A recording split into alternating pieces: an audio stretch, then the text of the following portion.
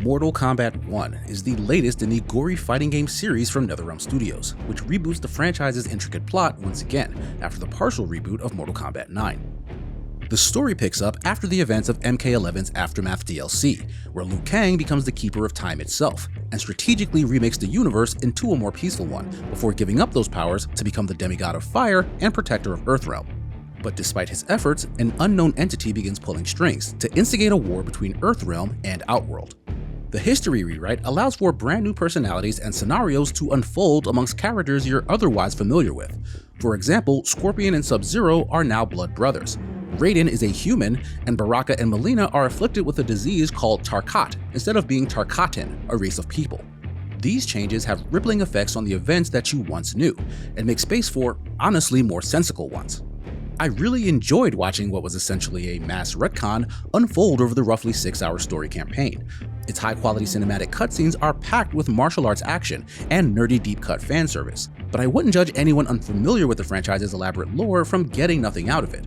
Its plot serves up a large amount of references and nods to events that you just have to remember, and despite having a 1 in its title, it's still very much the 12th game in a series. For all of its narrative updating, Mortal Kombat's gameplay remains largely unchanged from its 2011 iteration.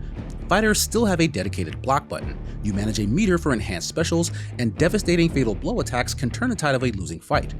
The brutal system is still great fun, but the new cameo feature that pairs every fighter with a selectable assist partner feels underwhelming. Cameo fighters are an entirely separate roster of characters, and there is no mode that excludes them. So this is the big new change for MK1's fighting system, but its inclusion just feels like more blatant fan service spilled over from the story mode.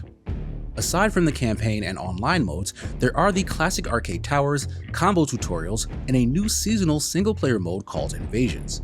Invasions has you navigate what looks like a game board with various challenge fights that make use of stage hazards, special items, or other modified properties.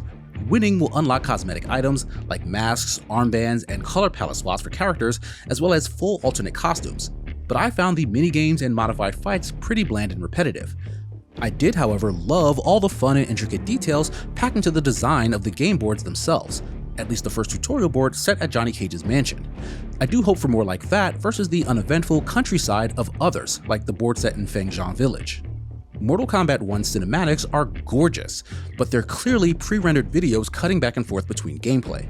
The in-game character models, animations, and effects are amazing in their own right, but it's not always the smoothest of transitions. It's not a big hang-up, especially since I've had no technical issues in my time spent with the game on PC, and have generally had good quality online matches as well. Mortal Kombat 1 talks a big game about a fresh start, but it's a relatively safe entry in the now 6th iteration of NetherRealm's modern fighting game formula, if you include Injustice 1 and 2. The nostalgia-soaked story campaign is a great deal of fun if you're already in love with its world and its characters, but the rest of the game's modes and core fighting just didn't hold my attention for long.